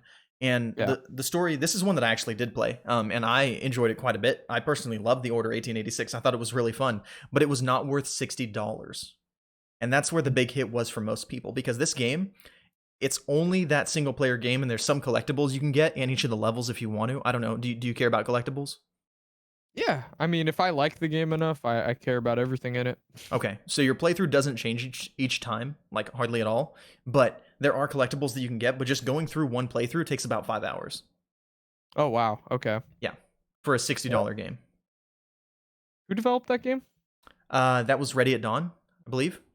Say I'm Wow. 19. I'm like 90% sure. They had the audacity to make a $60 game. I Yeah, mean, like, it was Ready at Dawn. I'll say 'cause had you're to. right, it did look good. I remember thinking that game looked great, but wow, $60. Yeah, I mean And that's an it's expensive game. that leaves a bad taste in my mouth because, like, they're not stupid. They know what they're doing. They they post or I'm sorry, they develop that game and release it knowing full well that most people that have brains in their heads will get through that game in, like, what, like, maybe 5 hours for you, probably, like, maybe 5 to 8 hours Yeah, average playthrough. yeah, pretty much. Like, come on. That's just It ain't it's the great. It ain't managing. great. Yeah. Yeah.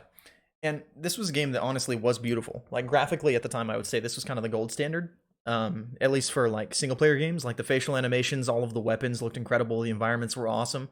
Like I remember this was the first game that I played where a lot of the environment that you ran through was like heavily destructible, and a lot of the, like the objects on tables and stuff like that would all move around. So there was like a level in an airship where like it would turn to the side a little bit and everything would like slide across the room, kind of a deal. Like That's cool. everything. Like I remember Yeah. like getting in a gunfight when I played the demo because I went to the PlayStation Experience and they had this available to play. You could play through a level before like a year before the game came out, and like I remember playing through this game like the demo, and like people are shooting at me in a kitchen and there's pots and pans like flying everywhere and like having their own physics, and like a piece of broccoli like shoots across the table like and stuff like that. And I just remember seeing like all these objects having their own individual physics, and that was so cool to me, Yeah. because a lot of it was so static for such a long time in gaming up until that point when the engine started to be able to have the power to kind of catch up and be like, okay, we can give all of these things their own physics properties.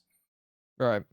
But But yeah, that's super cool. yeah, I think the main reason this game was a letdown was just because of how much value you got for the money. It wasn't enough.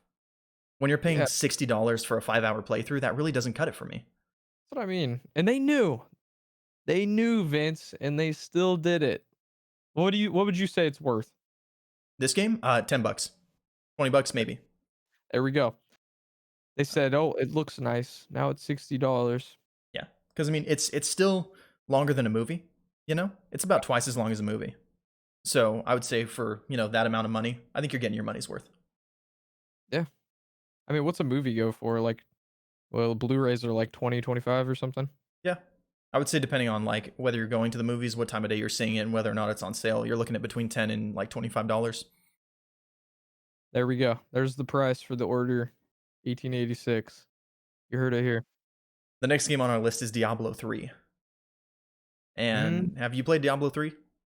yeah, a little bit. Not Okay. too much. Okay, I've put many, many hours in Diablo 3. I mean, multiple characters at max level, one of each class multiple times throughout the course of its like 20 seasons that it's at now. I don't know how many seasons exactly it's had. I think they're at 20.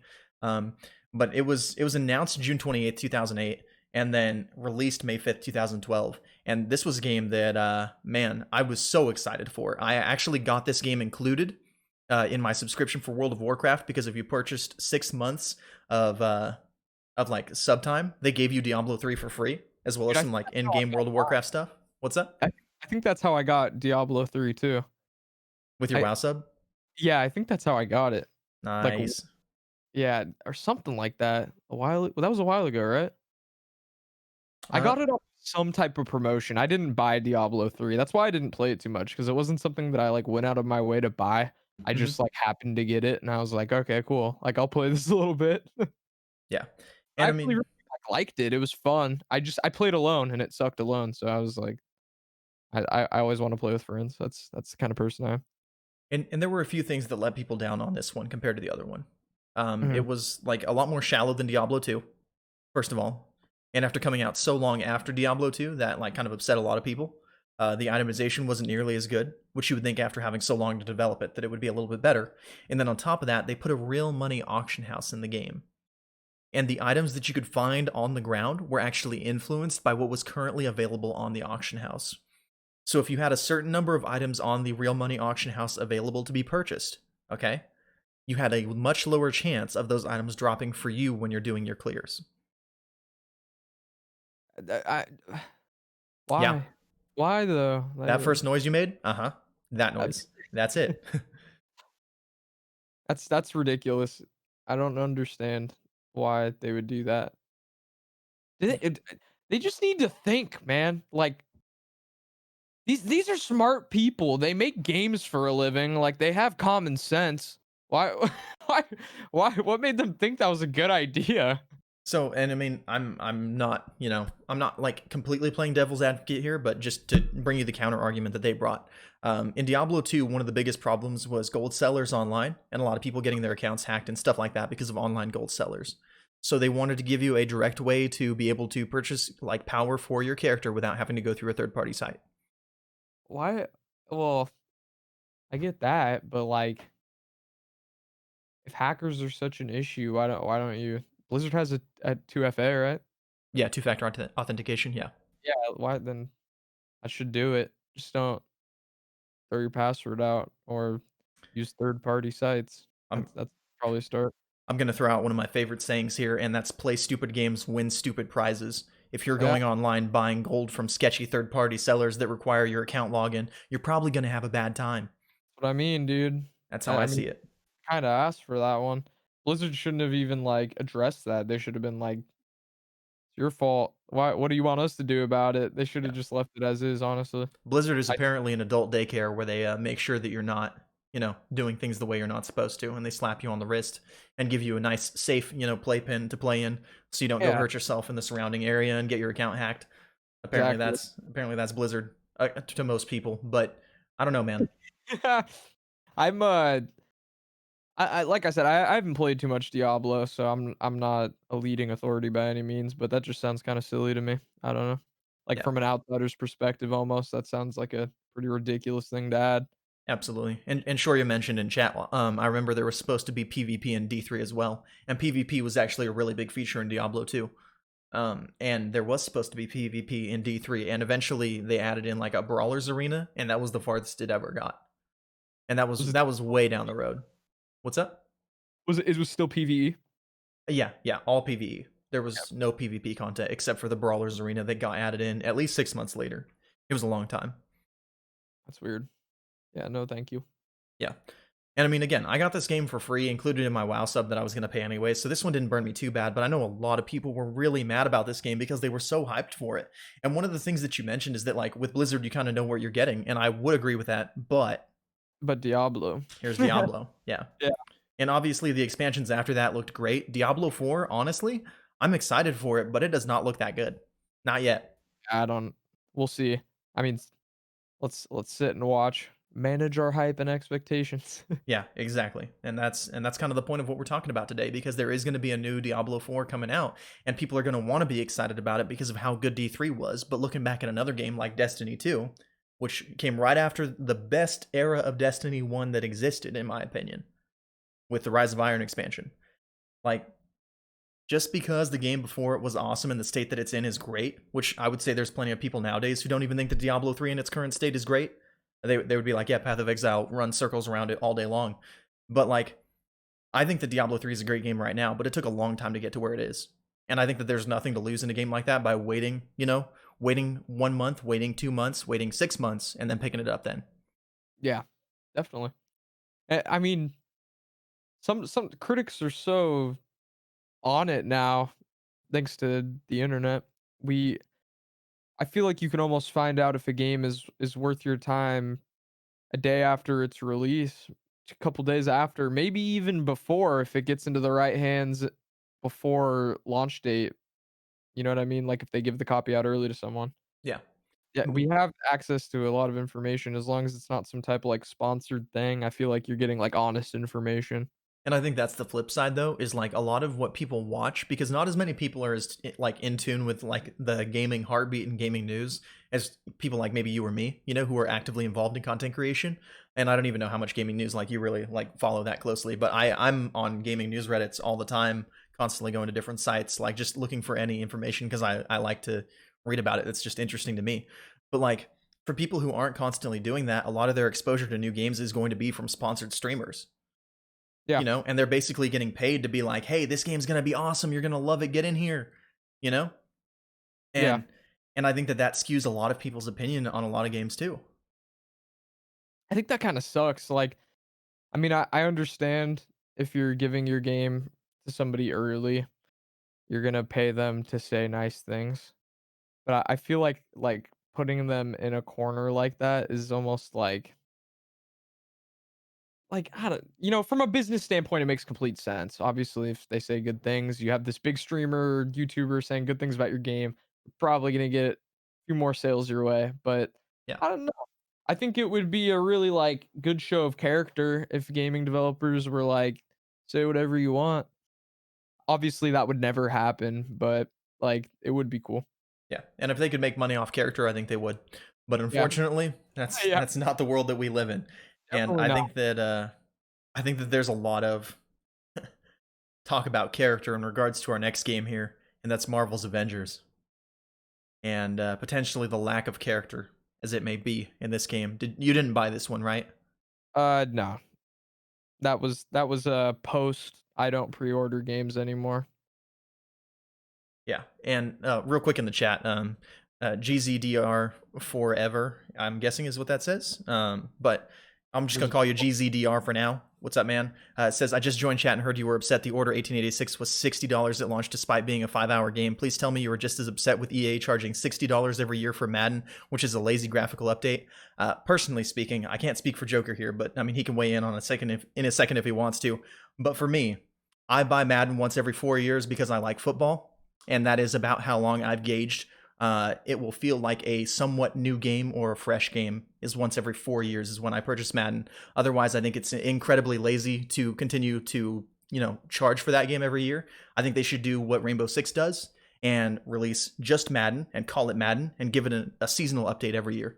I think that there yeah, is absolutely no reason at this point for them to continue being like, yeah, this is worth $60, believe me, especially now that it's basically a card game anyways, with the FIFA and Madden Ultimate Team and things like that. Like there is no reason that they should continue charging $60 a year. Just make it free to play at this point even, you know? I And just do seasonal updates. I feel you 100%. One game, seasonal updates. I'm almost certain we've talked about this at some point or another, Yeah, where we just trash EA for making the same game every year in like absolutely. 7 different versions for every sport that exists. Yeah. I would even say that the Order 1886 was a better value for the money just because it was a new narrative experience. And Yeah, there's some value in getting to experience something new like that in the same way that you go pay, $25 to go see a movie. I put that completely. on the same level. Um, yeah, I think the only sports games I've gotten in the last like 5 years were free, like Yeah. PS Plus stuff. Same. I've almost zero interest in buying new sports games. I haven't even bought in a Madden in the last 4 years. I might be due for another one, but now it's included in EA Play, so why not just wait a few months and play it then? You know, There you go. go play whatever the like campaign is on rookie difficulty because I'm terrible, and have some fun playing around with some football for a little bit. That's all I need. I'm good to go. But that's our weigh in on the yearly re-releases, and I feel the same about Call of Duty and Battlefield. I think the same deal. Just release one game every 4 years and do updates every year, and that's fine. You're not changing the graphics anyways. It still looks terrible. So, Yeah. I mean, Modern Warfare looked decent, but that's been the biggest leap in Call of Duty since, I mean, going from like PlayStation 3 to PlayStation 4, I think.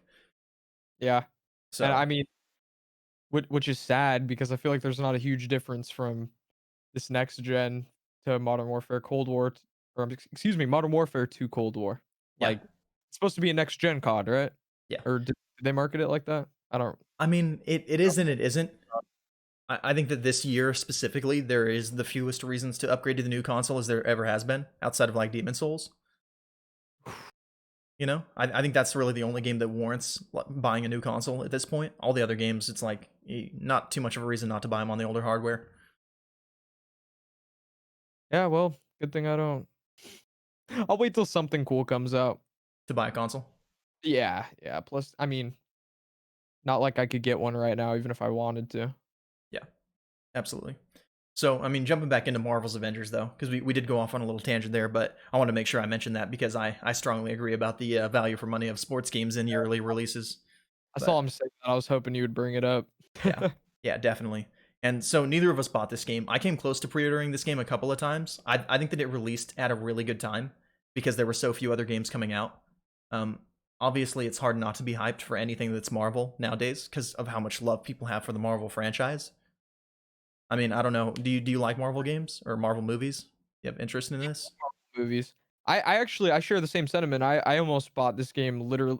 It was during such a dry period when this came out. I was like, "Oh, wow, something cool." And then luckily I did the old sit and wait.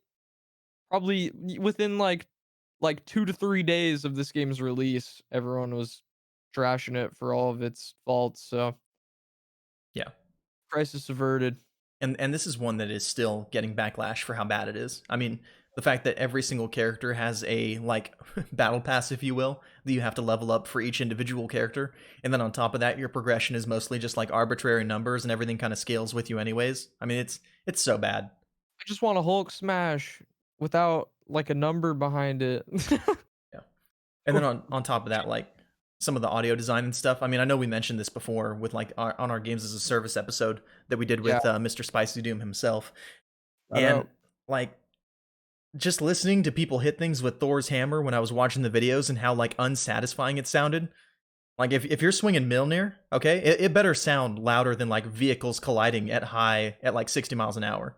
Okay, Sound like a bolt of lightning, dude. yeah, He's yeah, it sounds like a completely. children's toy.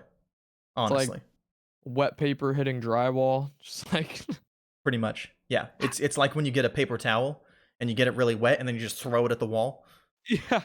That's what it sounds like. It's terrible. It's so disappointing. And I honestly think that this game was marketed at like teens and children. Oh, yeah, absolutely.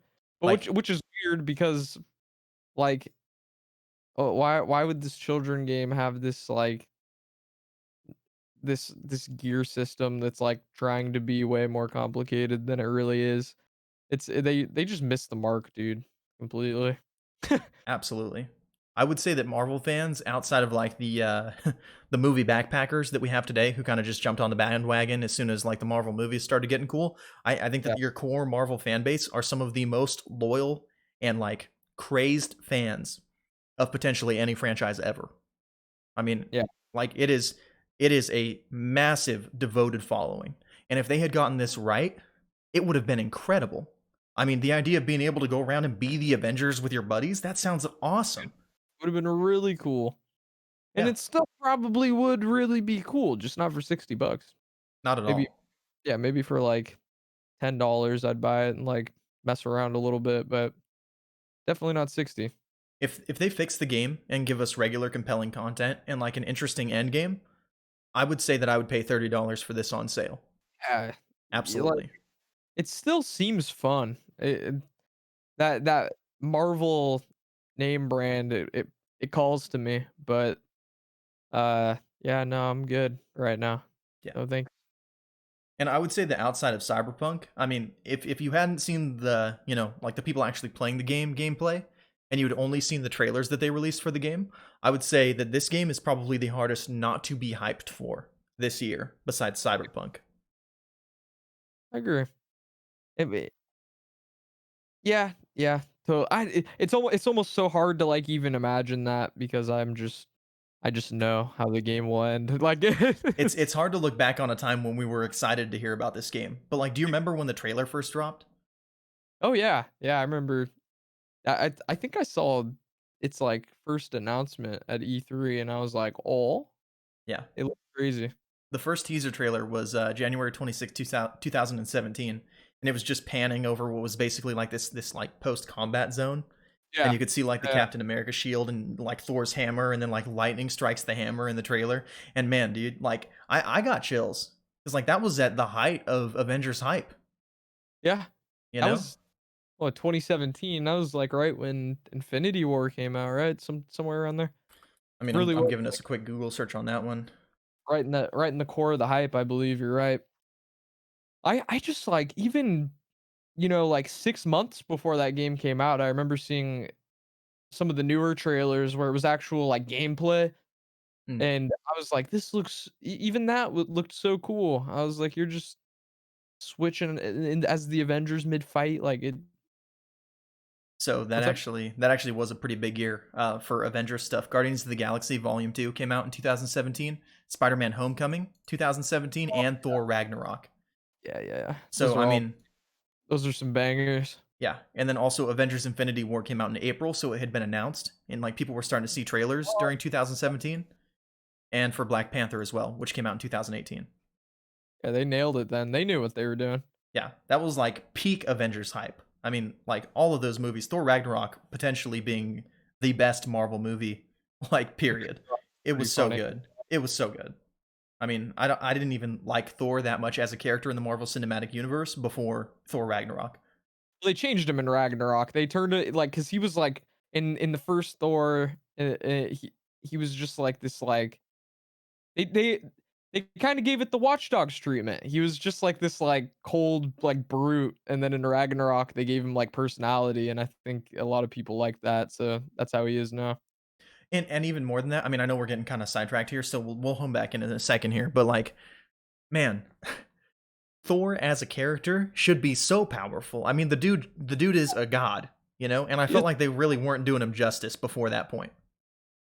yeah, Ragnarok. You kind of you. I mean, if you haven't seen Ragnarok by now, I'm sorry, but he like taps into his god powers for the first time, which they kind of like threw out the window low key, but like that we can forget about that. But they showed him doing it. He did some stuff without his hammer, which is Yeah, the Thor first. yeah, But those are yeah, all no, big for me. but in Marvel's Avengers, he's just a wet paper towel. That's that's all he is now. He's been Unfortunately, reduced to a wet paper towel. yeah, and you hate to see it. So My my final verdict for the Avengers is, uh, I would say, like, beautiful they botched the execution, that's it. It looked so good, and then they came out, and it was just so bad. yeah, it was not it. That's all I have to say. They gave it the Fallout 76. Perfect in concept, terrible in execution. Yep. They Yeah, really that's what did. Yeah. Davis Gaming says, "Are you Thor, God of Hammers?" Exactly. Yes. I Yes, indeed. That. So that kind of wraps up our like games that we've been hyped for in the past section. Are there any recent releases that you can think of that were underhyped? Is there any that Mm, stand out for you? okay, so this new game just came out on the Switch. It's called Sakuna of Rice and Ruin, and I am having so much fun with it, and it got, like, actually no attention anywhere, and I think it's a wonderful game. If you like 2D platforming or like any type of life sim type stuff, it's just like a perfect combination of both of those, and they go so hand in hand. I think it's such a good game. If you have a Switch and you're looking for a Switch game, check this game out. It's really cool. Man, Underhyped. that's awesome. And are you still playing that? Because you mentioned that I think 2 weeks ago now Yeah, on one of our oh, it would have been 3 weeks ago now because we missed a week. So 3 weeks yeah. ago on that episode, wow, and you're still playing it. It's another like bedtime game kind of for me. Nice. I'll get in bed with my Switch and farm a harvest of rice for like an hour and do my thing and go to bed, but it's a good game. It's really fun. That's How awesome, about you, dude. man? What My was under you? underhype for me, big one is Immortals Phoenix Rising. That actually just came out on December 3rd. It got kind of swallowed up in the hype of the new Call of Duty, the new Assassin's Creed, the new World of Warcraft expansion, all of the many games that were coming out for, the new console releases, all that stuff got kind of jumbled in Yeah. with all that stuff and really released under the radar. And I mean, that's a really recent game that has not gotten a lot of attention, but essentially it takes kind of that Ubisoft open world feel and meshes it together with The Legend of Zelda Breath of the Wild.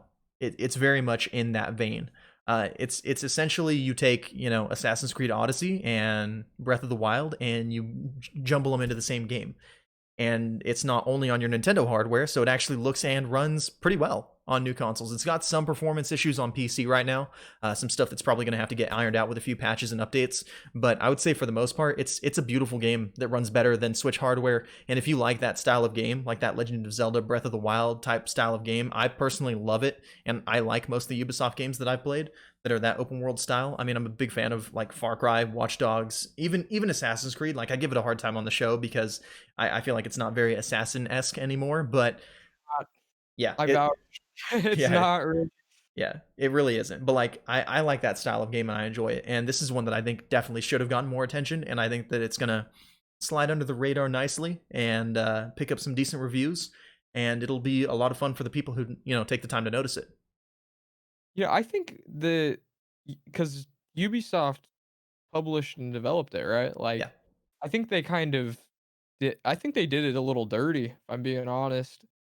Because they also publish and develop Assassin's Creed. Valhalla came out like a month ago. I don't understand why they would put this new kid on the block immediately after the release of their like probably their biggest franchise. Like what I that makes no sense to me. I would have waited until like early 2021, I think. Maybe build up some more hype. People will Um, probably be done with Assassin's Creed Valhalla by then. I actually had to do a quick Google search to find the original date, but it was actually supposed to come out in February of this year. Ended up getting delayed. That's why Well, it that came might out at the same time. be good too. Okay, yeah, never mind. I take it back, Ubisoft. I mean, it was your fault you delayed it too, but I'm sure you delayed it for good reason, right? You would Yeah. never delay it for poor intentions. Realistically, I think that they needed to get it out by the end of this year for shareholders. Otherwise, they might have even pushed it back into early next year. Um, and like I think that had it released in February in the state that it's in now, because even with like the like graphical hitches and like the frame rate issues, things like that, like that it's kind of struggling with right now on PC, I think that if it had released in its current state back in February, it would have been perfect. It would have come at the perfect time. That was like right in the middle of the gaming drought for everybody. Yeah. So it would have given people kind of, something to do to hold them over in the meantime while they're waiting for all the new consoles and the new games to start coming out. I think would have done great. They missed their opportunity. They really did. I mean, it doesn't mean it's over yet. It came out literally what, like yesterday, right? December 3rd. So 2 days. 2 days ago. Okay. Yeah, Yeah. I mean, we're still in the infancy of the game, so we'll see. There's Yeah. hope. There's hope yet. So are there any games that are coming out that you think might be a little overhyped? Oh, okay. Well, let me set up. Um, I think Cyberpunk has the potential to be extremely overhyped. Same. Um, reason being that okay, well, let me say this first. I keep saying this and I will continue to say it. After all of these delays and CD Projekt Red, they're completely aware of the hype that this game has, you know? Yeah. And I want to say that that's probably a big reason they kept delaying this game was because they were like, "Oh crap, this game might not be what people want right now. Let's just push it back. Let's push it back." And they kept doing that because they wanted it to be what the people wanted. And that's cool. I like to think that that's what's going on behind the scenes. That being said, I think that given the delays, it it's a possibility that it could be bad. Um, but I really don't think it has an excuse to be bad. Like if it's bad, then you really did something wrong. Like I feel like it has to be good at this point. I'm expecting it to be good, which is why I pre-ordered it for the first time in like a long time. And yeah, I might be contributing to the overhype, but it's either going to be the one of the best games or it's going to fool us all. If you're a live viewer, you can see I have my phone up because I had to look up something real quick just to double check it. But on the gaming news Reddit that I follow, the top post for the last week, it said Cyberpunk 2077 will not be bug free at launch, says CD Projekt Red. It was an official announcement that they put out being like, hey guys, just a reminder, there's gonna be bugs here. You know? Just a reminder, yeah, we're human and we do make mistakes in our giant game. Just hey, respect though. I mean, they made themselves clear. Yeah. Because you have to do that nowadays, you know? Yeah. Because as much as like we understand what goes into development, there are going to be people who are out there like, oh no, this has to be perfect. It has to Yeah. be. Yeah. It's like what I mean, that's what I said like earlier with when we were talking about, people just talking smack about games. A lot of people are just they're gonna look for things to be upset about. And because this game is so hyped, overhyped even, it's gonna attract way more attention from those little nitpickers than like any other game. It's gonna get torn Yeah. apart, I'm sure. It will be raked over the coals. That's for sure. Most definitely. So Anywho, what I'm about you, Vince? What upcoming game do you think is overhyped? as much as I don't want to say this one, Elder Scrolls 6 would be my pick. I mean, it's probably not close for all intents and purposes. I think this is one that's still quite a few years out, but it is an upcoming game nonetheless. And I think that Elder Scrolls 6 is incredibly overhyped. And I think that at this point, a lot of people want to talk about like the legacy that Bethesda has in the games that they've released that have been so great that people have loved, but that was a long time ago. You Yeah. know, I mean, Skyrim came out on the PlayStation 3. We're now on the PlayStation 5. That was the last like notable release that they had. Even the people who liked Fallout 4, I mean, a lot of people who were loyal to the franchise were really disappointed in that game. And I think that people being as crazy about the new Elder Scrolls game coming out as they are is just wrong. I think that Bethesda's in a place now where they kind of have to prove themselves again because a lot of the Elder Scrolls Online community is disappointed with the direction that game's taken. The Fallout 76 crew got screwed over in multiple ways. You know, all these Skyrim re-releases that keep coming out, cashing in on the same franchise. All of Bethesda's other studios are doing some incredible work. You know, Mhm.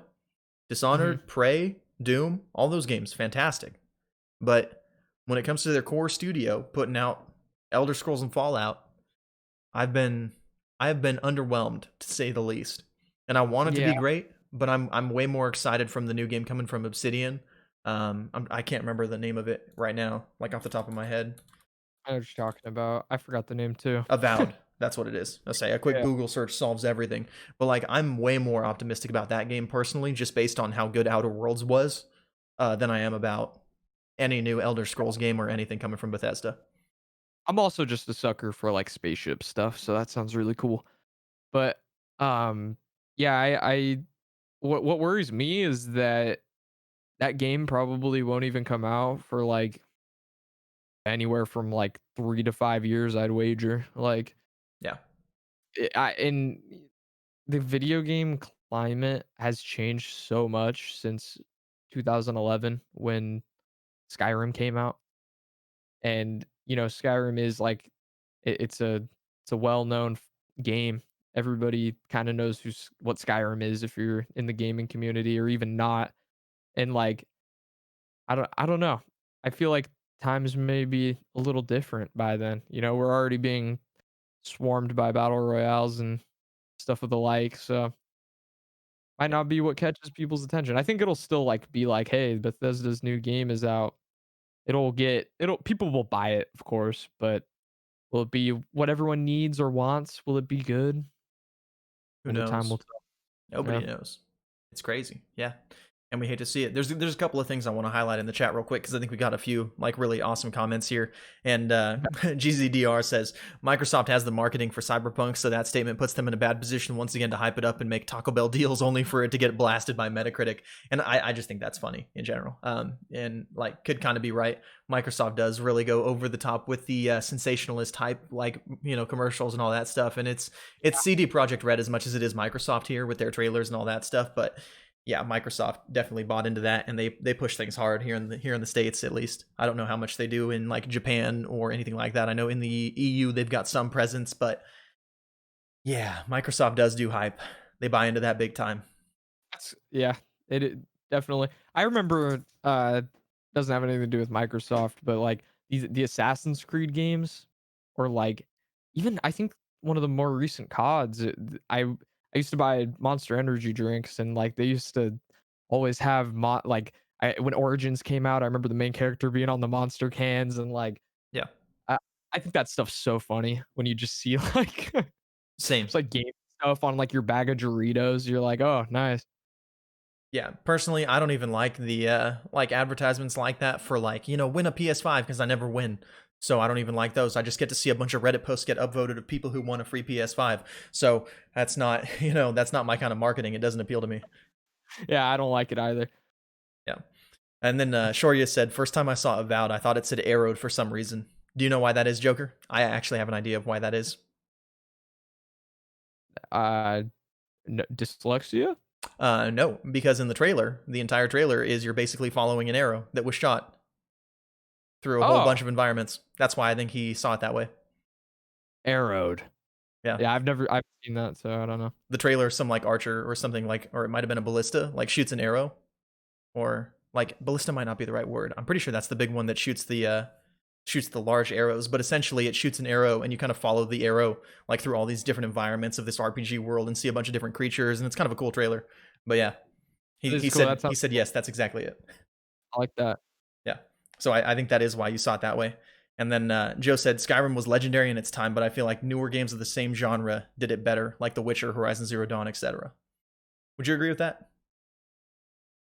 Um, I think Skyrim I think they're same genre, but different, like, style. I really don't I think The Witcher maybe is a contender for being just as, like, free and open as Skyrim, but, like, I don't think it gets any more, like turn you loose type deal than Skyrim. Like as soon as you get out of that cave, you do whatever you want. Like you could probably argue that the main campaign isn't even like necessary by any means, you know? Yeah. Yeah. Every single thing that you do in Skyrim that's a story does kind of feel like a main campaign. And I feel Yeah. like The Witcher kind of draws close to that. That's Um, yeah, I agree. but even in The Witcher, like I would say that the crafting system and the skill system isn't nearly as deep as it is in Skyrim.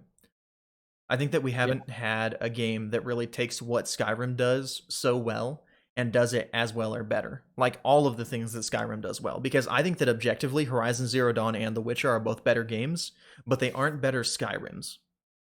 Yeah, yeah, exactly. Skyrim is just so, like, almost unnecessarily deep. Like, have you ever played Skyrim and just, like, been an alchemist? Like, have No. you just actually utilized all of the I'm sure a lot of people would say no, because I've played that game a lot and I've never done it. Like, Yeah. there's a lot of things you can do that are just like, "Why is this even here?" But I feel like that's, like, part of what makes Skyrim, Skyrim, you know? Is your ability to kind of go anywhere and do anything exactly the way that you want. Even if you might not do it, it still feels good that to know you have that option if you ever felt like it. Yeah. I think that's Absolutely. what makes it feel so, like, open and alive in a way, you know? Yeah. And again, like I want to say that I think The Witcher and Horizon Zero Dawn are better games, but I think that Skyrim has been as successful as it is and has the longevity that it has because of like all of the systems that it has inside of the game. I think The Witcher is a game that runs narratively at 100% and then like combat wise at about 60%. I think that Horizon Zero Dawn is a game that runs combat at 100% and narrative at about 60%. And both of them have beautiful open worlds. So I put those Yeah, at about 80%.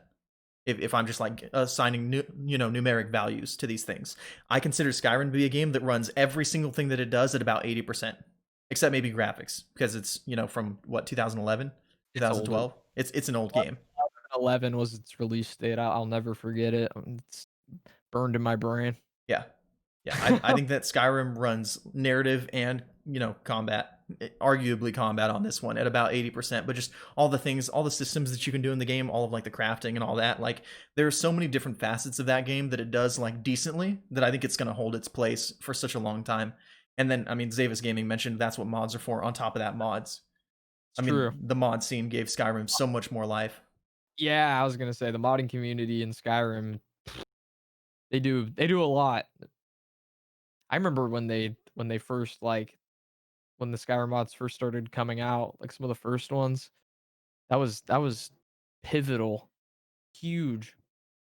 Yeah, But I think honestly, you could probably contribute a lot of Skyrim's, like, continued success to modding, as far as, like, content creation goes, like YouTube and Twitch and stuff, it's all, like anyone's playing Skyrim, they're usually doing some mod stuff. yeah.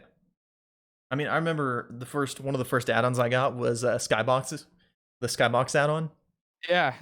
And like you wouldn't think that it does a lot for you, but like it really does. Having a really good looking skybox goes a long ways. Yeah. Kind of weird, but like that was one of the biggest things to me. I was like, that's actually pretty cool. Like looking up and seeing something different in different areas was kind of neat. I think Um, that's, like, the essence of mods, you're just, like, things you don't know you wanted until you have them, you're like, "Oh, yeah, this is nice." yeah, exactly. Well, I think that about wraps it up for us. We are nearing the 2 hour mark here, so we're gonna try to cut it off here. Everyone who came in, thank you guys so much for coming in for hanging out. Yeah, we really appreciate you guys. Yeah, 100 downloads, people. Thank you so much, by the way. I wanted to say that live. yeah, pretty That's massive milestone for us. I mean, being that we just started this podcast. I mean, just a couple of months ago we hit 100 downloads, and that's a really big deal for us. This is not something that I expected to really take off the way that it has and had as many people excited about it as they have been. But we've yes. been having so much fun doing this and putting together this content, and we talk about it all the time how much we enjoy just like sitting down and talking games with everyone and all the guests that we've had on the show. A lot of you who come back and watch and listen and things like that. Y'all are amazing, and you've been incredible to have, and we're looking forward to having some of you back here again. Speaking of which, for anybody who wants to be on the show, do you have the links ready, Joker, for everything? Dude, For yes. anyone who wants to be on the show, feel free to click on the link in the chat right there. It's the GT app right there. You can just apply to be on the show. All you need is a decent mic and a decent webcam. If you're someone who wants to be on the show and you can't click on the link because you're listening to our podcast services, either on Spotify, on Apple Podcasts, or on Amazon Music Podcasts, whatever system they call it, then feel free to hit up my Twitch channel at Just Vince, where we record the show, and join my Discord, shoot me a DM, whatever it is that you need to do to get a hold of me, you're more than welcome to do that. Feel free to I follow us on Twitter also. What's up? I'm I also I'm gonna start putting all the links in the YouTube description. So if you are a listener, head over to the YouTube. All the links will be in the episode 10 description below. Awesome. Perfect. So now there's another way if you want to be on the show, you are more than welcome to get involved that way. Also, feel free to follow us on Twitter. You can catch me at Vince0094 is my Twitter. Where can they find you, Joker? Oh, I didn't change that. Damn. My new Twitter is at Devin Kronk with two K's at the end. All right, we'll update the command for sure. But I yeah, just I was like, oh no. yeah. So for anyone Um, who wants to find Devin, at Devin Kronk and that's spelt how? Devin for the listeners. No ON, no YN, no EN. It's gonna be an IN. Gotcha. So Devin, DevinCronkk. Yep, yep. Awesome. And then also for anyone who wants to send in any questions, comments, concerns, things to talk about, nice things that you have to say, suggestions for other things that you want to hear us talk about on the episode, in case you want to do our job for us, that'd be awesome. Feel free to send in an email to us at gamingtonic1@gmail.com. If it's anything negative, just put something on there that says, hey, you suck, and Devin will read all those. That's for sure, because I don't read Yeah, any of the negative information. So, I do. in case you're wondering where you can find me during the week, whenever I am able to stream, because right now work is pretty crazy, you can catch me at my channel, twitch.tv/justvince, or on Twitter at Vince0094. And for you, just to recap one more time, Devin. My Twitch is gonna be Devin Kronk, DevinCronk.